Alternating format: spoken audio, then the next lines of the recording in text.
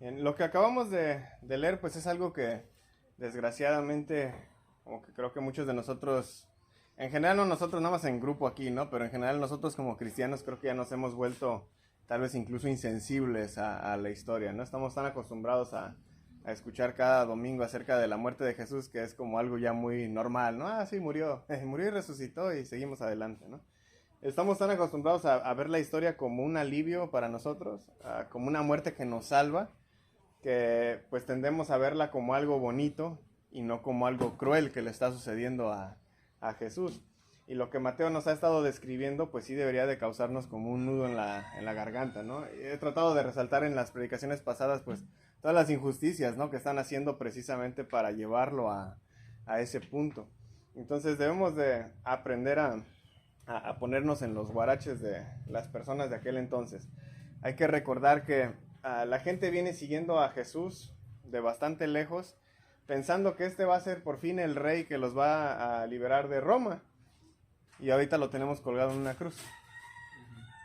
Más o menos para que lo entiendan, pues la gente ha invertido años de su vida a seguir a alguien que resultó ser un fiasco. Así es como ellos lo están viendo. Entonces, imagínense que ustedes pasan 20, 30 años tratando de seguir a Jesús lo mejor posible, de portarse bien, de llegar temprano, de evitar fiestas, de leer la Biblia, de orar. Y llega el día de la segunda venida y no hay segunda venida porque Jesús nunca existió. ¿Cómo se sentirían? Sí, ¿No? ellos, Desperdicié toda una vida, o sea, pude haberme divertido tanto tiempo, hacer las tranzas que pude haber hecho y no hice nada de eso pensando, pues me voy a ir con Jesús y Jesús ni siquiera existió. Más o menos así es como se están sintiendo ellos, los que están siguiendo a Jesús. Ahora, ¿fue su misión un fracaso? Pues ciertamente ellos así lo vieron en el momento, porque no entendían que Jesús no venía a ganarle a Roma, sino que venía a ganarle a algo más grande. Roma pues era solo un títere en esta guerra. ¿De qué es lo que nos vino a salvar Jesús? la muerte espiritual. ¿De la muerte nada más la espiritual? Bueno, no. ¿No? ¿De qué nos vino a salvar? Del pecado, ¿qué más? De nosotros mismos, ¿algo más? De la muerte espiritual y también carnal, ¿no? Porque pues vamos a resucitar. De la muerte física, es lo que estaba mencionando ahí Carla. Sí, no, la Biblia nos habla de que el pecado y la muerte son los enemigos. A veces hablamos de muerte espiritual, ahorita lo mencionó Che, y desgraciadamente cuando pensamos espiritual, pues pensamos que básicamente esa es la única muerte que hay. Pues se nos olvida la física. La física es la que preocupa, porque al final de cuentas el espíritu no se puede morir, el espíritu es de Dios, es el aliento de vida que Dios nos dio a nosotros. El espíritu no se muere. Lo que se va de nosotros cuando morimos es el espíritu. Es lo que se va con Dios, pero esa es la vida que Él nos está prestando. ¿Pero quién sí se muere? Pues la carne, nosotros. El verdadero problema pues es el pecado y la muerte. Desgraciadamente los seguidores de Jesús, los líderes de Israel y los políticos romanos aquí están siendo instrumentos útiles para el pecado y la muerte en lugar de para Dios. La predicación pasada les mencioné que probablemente Pilato había mandado a golpear a Jesús para deshumanizarlo ante la gente, que fuera más fácil matarlo porque pues ya se ve desfigurado. Y aquí vemos cómo los soldados son todavía más crueles en cómo lo tratan después de esa golpiza. El teólogo Hauerwas dice que los soldados de Pilato son más creativos que el sumo sacerdote y los ancianos, porque pues ellos pueden serlo, porque son inocentes de las tradiciones y la esperanza de Israel. Pero yo creo que no necesariamente es así. Yo creo que más bien el sumo sacerdote y los ancianos no fueron tan creativos, como dice Hauerwas, porque no podían hacerlo, no tenían el poder legal. Pero hasta ahorita hicieron todo lo ilegal posible para llevarlo a este punto de matarlo. Solo no lo podían pues matar, no lo podían golpear a ese extremo. Roma, hay que acordarnos, es el que tenía el poder de torturar y matar, no ellos. O sea, es lo que los está frenando. Lo que los frena no es la ley de Dios. Lo que los está frenando es Roma, la ley de Roma. ¿A quién están obedeciendo? A Roma. ¿Quién se ha convertido en su Dios para los líderes de Israel? Roma, el César. Aquí es donde pues vemos otra vez esa tensión, ¿no? de la política y la religión. ¿Cuántas veces no caemos en esa tentación de seguir la política y estamos abandonando pues nuestros valores, nuestra ética, pues en nuestra esperanza que tenemos con Cristo. Al hombre que encarnaba la bondad se le trata de lo más vil y cruel. Le quitan la ropa, lo visten como rey para burlarse de él, le escupen, lo golpean, le ponen una corona de espinas, le vuelven a desnudar para ponerle otra vez su ropa original. O sea, de plano lo tratan mal, ¿no? Y Jesús no dice nada. Jesús fue abandonado, Jesús está solo. Pero Jesús persevera en su misión a pesar de todo. No es lo que él quería, pero es lo que está sucediendo. Y yo creo que por los que hemos sufrido tragedias podemos identificarnos claramente con ese sentimiento, ¿a poco no? No es lo que queremos experimentar, pero pues ya estamos aquí. Lo único que queda pues es atravesar esa oscuridad hasta salir del otro lado. Y eso es lo que va a hacer Jesús. Va a aguantar hasta salir victorioso. Si nosotros queremos atravesar esa oscuridad, pues tenemos que ir de la mano de Jesús en ello. Atravesar esa oscuridad junto con Él. Si no, pues nos vamos a quedar en esa oscuridad. Y ese es el problema en el que estamos viviendo. Vivimos en esa situación de ese dilema. Lo mencionaba Baldo en su devocional hace rato, ¿no? ¿En dónde estamos haciendo tesoros? Porque si nada más nos enfocamos aquí, en este mundo de oscuridad, pues ¿qué es lo único que vamos a tener? Oscuridad. Pues esa oscuridad. Tal vez sí vamos a disfrutar muchas cosas, pero hay mucho de lo que nos vamos a perder. Y a veces por querer una satisfacción rápida, pues se nos olvida una satisfacción pues más duradera y más importante. Mientras van camino al lugar donde Jesús va a ser crucificado, obligan a un hombre llamado Simón a que ayude a Jesús a cargar la cruz. Y con eso pues podemos imaginar pues qué tan feo lo han golpeado para que pues esté tan débil, ¿no? Que alguien más lo tiene que ayudar. Pero incluso aunque él estuviera fuerte, aunque no lo hubieran golpeado, pues cargar algo tan pesado por casi 1 kilómetro de distancia, pues hubiera sido difícil. Los arqueólogos dicen que más o menos una cruz romana estaba pesando entre los 75 kilos a 136 kilos. Entonces incluso si hubiera sido, ahora sí que sin golpes, hubiera estado fresquecito en la mañana, de todas maneras cargar unos 100 kilos, digamos, para medio redondearle. O sea, es cargar 100 kilos por casi 1 kilómetro. Pues sí está pesado. Ahora imaginando que te están presionando para llevarlo, no es como que puedes ir descansando en ratitos para llevarla. Te están golpeando, te están escupiendo, te están insultando, te están haciendo toda clase de mal que se te ocurra mientras estás llevando esa carga. No hubiera sido fácil, pero sumemos el hecho de que sí lo golpearon. Ya lo habían pues maltratado bastante, ¿no? Y entonces llegan a un lugar llamado Gólgota, que significa el lugar del cráneo. Aquí no sé por qué la versión que tenemos dice calavera. Calavera pues nos hace pensar en pues básicamente todo el esqueleto, ¿no? Pero realmente la palabra es No, la calavera sobre la cabeza. Sí, pero casi siempre digo que pensamos en el esqueleto completo. La calavera de Cristo. Ajá, la calavera pues sí, sabemos que es el cráneo, ¿no? Entonces, la parca. Y entonces, aquí lo que estamos viendo pues es probablemente el cumplimiento de Génesis 3:15, que decía, pondré enemistad entre tú y la mujer, y entre tu simiente y su simiente, y él te herirá en la cabeza, y tú lo herirás en el talón. Esto, si se acuerdan, era algo que Dios le dice a Satanás cuando pues, pasa la tentación ahí en Génesis. Entonces, Satanás en la cruz es herido en la cabeza, en lugar del cráneo, y Jesús es herido en los pies, por los clavos que pues obviamente tiene ahí en la cruz, ¿no? Llegando ahí lo crucifican, vemos que las burlas continúan, y empiezan a echar suertes sobre sus ropas. O sea, si no era suficiente burla ya, todavía se están pues echando ahí una rifa, ¿no? Para ver qué se queda. Y de hecho Salmo 22 nos decía desde hace varios siglos antes de esto que eso es lo que iba a suceder. La semana pasada mencioné algunas razones de tal vez pues por qué lo mataron, ¿no? Pero aquí podríamos preguntar ¿por qué lo mataron en una cruz? O sea, ¿por qué a ese extremo? Una escritora que se llama Paula Fredrickson dice que la crucifixión era una forma romana de anuncio de servicio público. Básicamente el anuncio era ¿no? No te dediques a la sedición o a unas revoluciones en contra de Roma como esta persona que está ahí colgada, o tu destino pues va a ser ese. Entonces el objetivo de la crucifixión no era la muerte en sí de la persona, sino conseguir la atención de los que lo estaban viendo. La crucifixión se dirigía al público, no necesariamente a quien está sobre la cruz. Entonces la idea era poner como quien dice, poner ese letrero de, si empiezas una revuelta contra Roma, este puede ser tú. Entonces, piénsatela. Entonces lo matan en una cruz porque esa era la forma en que Roma ejecutaba a los que consideraba una amenaza para sus intereses, especialmente a los que se levantaban contra Roma, y pues como digo, para dejar una advertencia. A Jesús lo están acusando ¿de qué? De ser güey. De ser un rey. Entonces eso lo pone en competencia ¿contra quién? Contra el César. ¿Quién era el máximo líder de Roma? El César. ¿Ese Es se el llamaba emperador.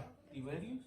¿Se llamaba? ¿Cómo? El del tiempo de ¿El Jesús, tiempo sí. de Jesús era Tiberius? Entonces, si César es la competencia, o Jesús está haciendo la competencia del César, pues ¿qué hay que hacer con la competencia? Pues hay que eliminarla. Eso es lo que Roma hacía. Entonces, como ven, todo lo que hemos ido viendo desde el inicio de Mateo está pues siendo cada vez más claro, irónicamente en el momento más oscuro de la historia que Mateo nos cuenta. Jesús no es asesinado solo por razones religiosas, como usualmente se nos enseña, no, es que él predicaba del amor y pues por eso lo mataron. Ese no es el punto es que también lo estaban matando por razones políticas, porque Jesús no solamente es rey de lo espiritual, sino de todo lo que existe, y eso incluye al César, y predicar que Jesús es señor del César, pues es una predicación muy peligrosa, que trae como consecuencia pues, la muerte.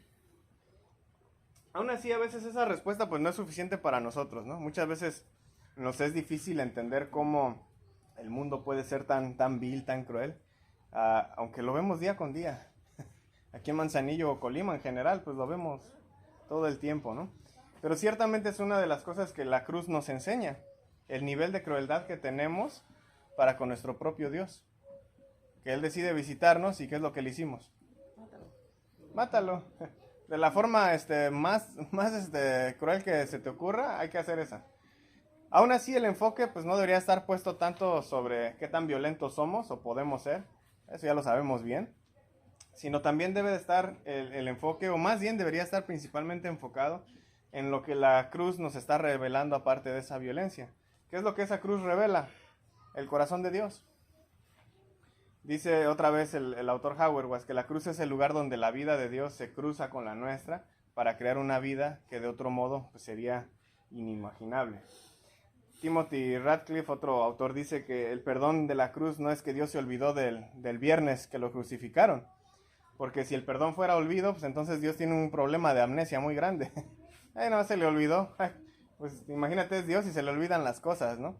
No, lo que pasa es que en la creatividad de Dios Él toma lo peor que hemos hecho y lo convierte en algo bueno, en algo fructífero. De hecho, no sé si alguna vez han visto arte cristiano del tiempo medieval.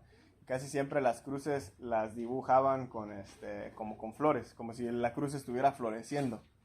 Y la idea precisamente era eso, que el madero muerto estaba echando zarcillos y flores. La idea pues que querían reflejar en este caso los artistas del tiempo medieval era que el perdón hace que lo muerto viva y que lo feo sea hermoso. Y eso es precisamente lo que Dios está revelándonos en la cruz. En otras palabras, a veces nosotros estamos acostumbrados a ver el lado bonito de la cruz. La cruz pues es incluso un signo, ¿no? Que se presume en la iglesia a través de toda la historia. Es un signo del perdón de Dios. Pero tenemos que recordar que ese signo no siempre había sido visto así. Tenemos que recordar que para el tiempo de Jesús, para esa gente, la cruz era un instrumento de tortura. Era un instrumento de muerte. Se le tenía miedo a la cruz, no esperanza. Hasta que Jesús llega y transforma el significado de esa cruz. Primera de Corintios 1:18 dice que la palabra de la cruz es tonta para los que se están destruyendo, pero para nosotros que estamos siendo salvados es poder de Dios. La palabra de la cruz es poder de Dios. Entonces, si Jesús puede transformar un símbolo de tortura y muerte a ser uno de esperanza y poder de Dios, pues nos puede transformar a nosotros también. El amor de Dios es lo que está siendo reflejado sobre esa cruz. Y a veces queremos explicar todo racionalmente, pero el amor es lo que se requiere cuando enfrentamos las tragedias de la vida, no explicaciones. Cuando uno se siente triste, a veces lo que menos quiere uno es explicaciones. A veces nada más queremos que alguien llegue y nos abrace y quédate callado. Cuando empieza uno a hablar es cuando todo se va para abajo rápido. A veces lo único que necesitamos es amor. Ahora podemos ir entendiendo un poco más acerca del silencio de Jesús en la cruz, o en el proceso que lo llevó para allá. Él lo que estaba reflejándonos era amor. El amor se lleva a cabo en acciones, no en palabras. En el texto que estamos viendo, vemos que a Jesús le ponen un letrero arriba. En ese entonces, pues a los prisioneros condenados se les colocaba pues una placa sobre ellos indicando pues cuál era el crimen que habían cometido. El crimen de Jesús, según Pilato y según los soldados, pues ¿qué era? Pues que era el rey de los judíos. Pero así como Pilato y los demás, pues los soldados que colocan ese letrero sobre la cruz fallan en entender qué tipo de rey es Jesús. Todos los que rodean a Jesús en la cruz fallan en ver a Jesús por quien Él es. Algunos que pasaban, nos dice ahí el texto, que pues también lo injuriaban. Se estaban burlando de Él, meneaban la cabeza, decía. Otra vez Salmo 22 incluso nos decía que eso iba a pasar. Mientras también vemos que los romanos, ¿no?, lo están insultando por decir ser rey. Los judíos lo insultan por la acusación falsa que se hizo allá con Caifás, ¿no? De que, dijo que iba a destruir el templo, a ver si es cierto, no, bájate de la cruz. Todos le están haciendo burla. Y nuevamente lo que vemos en las acciones de las personas alrededor de Jesús es la imitación de su padre el diablo. Noten cómo la gente que habla en esta historia, en los versículos que leímos, suenan como el diablo cuando tentó a Jesús. En Mateo 4:6 el diablo le dijo, si tú eres hijo de Dios, lánzate abajo. Y acá ¿qué le dicen? Si eres hijo de Dios, bájate de la cruz. ¿A quién suenan? Bueno, los líderes religiosos siguen actuando como Satanás en lugar de estar pues actuando como Dios. ¿A quién se suponía que tenían que imitar? A Dios. Entonces aquí viene una advertencia para nosotros, como cristianos, ¿no? Cuidado, no parecernos a ellos y en empezar a imitar a quien no deberíamos, ¿no? Ahora, aquí sucede también algo interesante, ¿no? Si recuerdan, Jesús había dicho en Mateo 20:23 que cuando Él se sentara en su trono, habría alguien a su derecha y a su izquierda. Y aquí en esto vemos la diferencia de perspectivas entre Jesús y la gente, ¿no? Mientras que la gente ve un criminal y una cruz, Jesús ve un trono y se ve a sí mismo como rey. Jacobo y Juan, que eran los que, si recuerdan, le habían dicho a Jesús, no, pues nosotros queremos estar a tu derecha y tu izquierda. ¿No están ahí? ¿Dónde están? Perdido. Sepa la bola. ¿Lo abandonaron? ¿Dónde están? ¿Quién sabe? Por ahí. Con rumbo desconocido. En otros evangelios pues sí nos menciona que Juan estaba ahí al pie de la cruz, pero no está ahí arriba. No está a la derecha ni a la izquierda, que era donde según él iba a estar. Pero aquí en Mateo nos deja en esa ambigüedad donde nos dice, no están. Incluso Jesús les había advertido, ¿no? La copa que yo voy a beber, ustedes no la van a poder beber. ¿Y qué decían ellos? No, sí, nosotros sí podemos. Pues, ¿dónde están? No la están bebiendo en ese rato, ¿no? Entonces, ¿dónde están? ¿Quiénes están al lado? ¿Jacobo y Juan? No. ¿Quiénes están al lado de Jesús aquí? Unos malhechores, dos bandidos. Recuerden que el término que aquí usualmente traducen como ladrones es más bien bandidos. Son personas que eran revolucionarios violentos que se levantaban en contra de Roma. La crucifixión era ese castigo para ese tipo de personas. Jesús está siendo crucificado junto con revolucionarios ahí, ¿no? Y algo curioso es que sin ver su propia realidad de ellos, ¿qué es lo que están haciendo los bandidos aquí según Mateo también? Dice que también lo estaban injuriando, también le están haciendo burla, también le están echando carrilla a Jesús. Me pregunto yo, ¿en qué estaban mejor que Jesús ahí colgado? En nada, están igual. Están exactamente en la misma situación. Pero a veces somos eso nosotros, ¿no? Cuando a veces condenamos a nuestros hermanos por pecados, cuando nosotros también vivimos en pecado. En lugar de burlarnos del pecado de otros, en lugar de rebajar a otros por sus pecados, lo que nosotros tenemos que buscar es restaurarnos unos a otros. ¿Qué, Chive, tiene ese pecado? Chive, ¿cómo te puedo ayudar a salir de esa situación? Yo tengo este pecado, échenme la mano a salir de esa situación. Ese es el trabajo de nosotros como cristianos. Tal como lo decía Jesús cuando se encontraba un pecador. Le decía, no, pecador, te vas a ir al infierno. ¿O qué les decía? ¿Tus pecados son perdonados? Ve y no. ¿Peques más? Ese es el trabajo que nosotros tenemos que hacer. Somos seguidores de Cristo, tenemos que hacer lo que Cristo hacía, ¿no?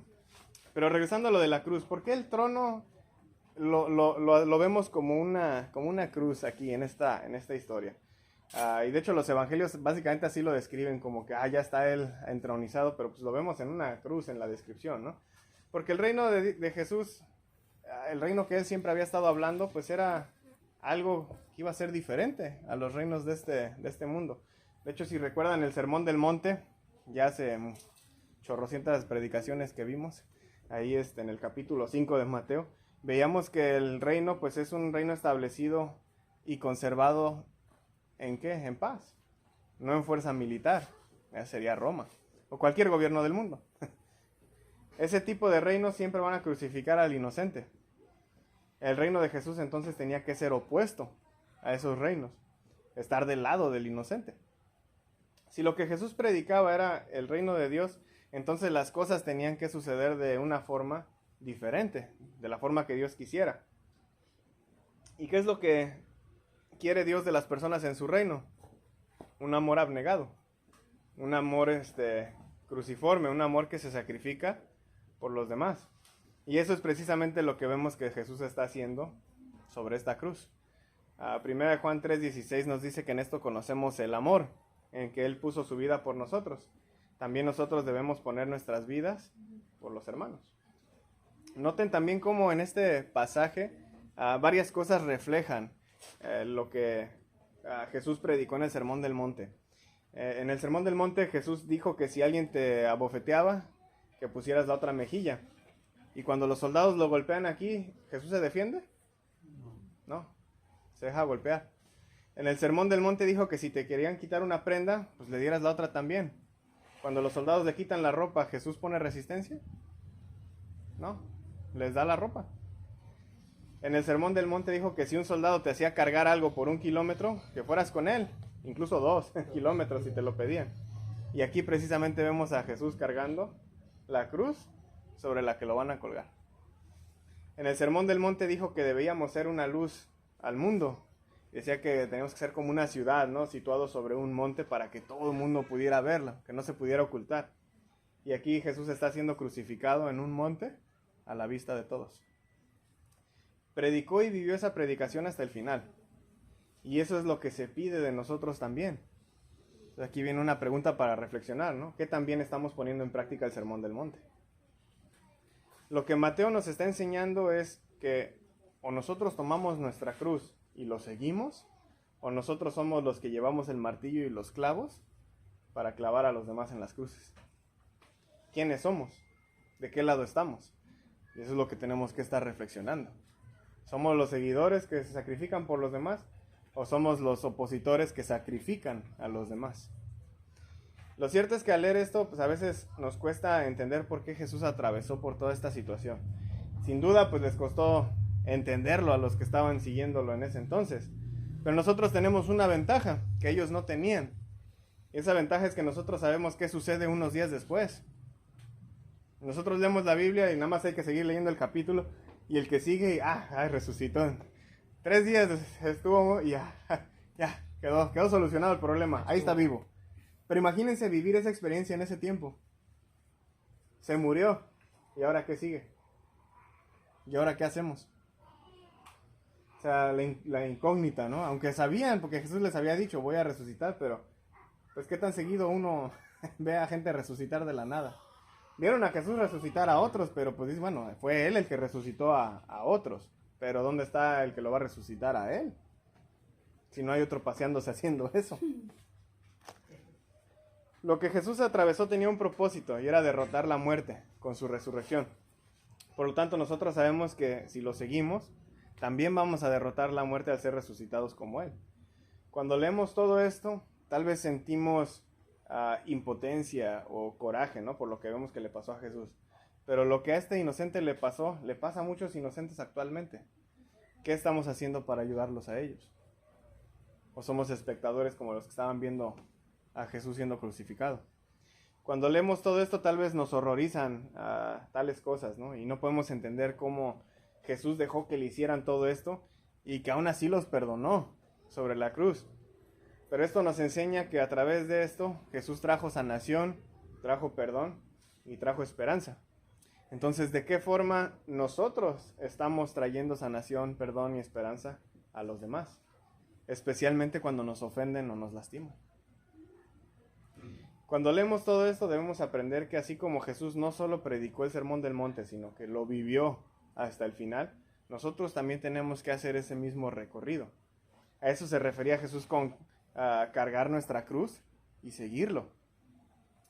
Dice el teólogo N.T. Wright que Mateo espera que sepamos que es porque es el Hijo de Dios que debe permanecer en la cruz. Así es como se salvará el mundo. Así es como la muerte va a ser derrotada, y así es como terminará la obra que el Padre le había encomendado. Así es como el placer del Padre será completo.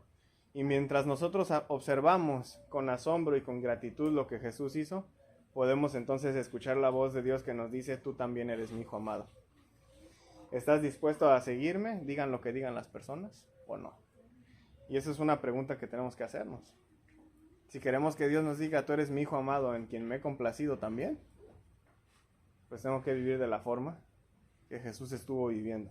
Entonces, los que somos cristianos no olvidemos el compromiso que ya hicimos. Hay que echarle ganas. Los que pues aún no hemos decidido ser bautizados y seguir a Cristo, pues la invitación está abierta. Hay que tomar nuestra cruz y seguirlo, que significa pues amar a Dios y amar a los demás de una forma abnegada, tal como Jesús nos amó a nosotros.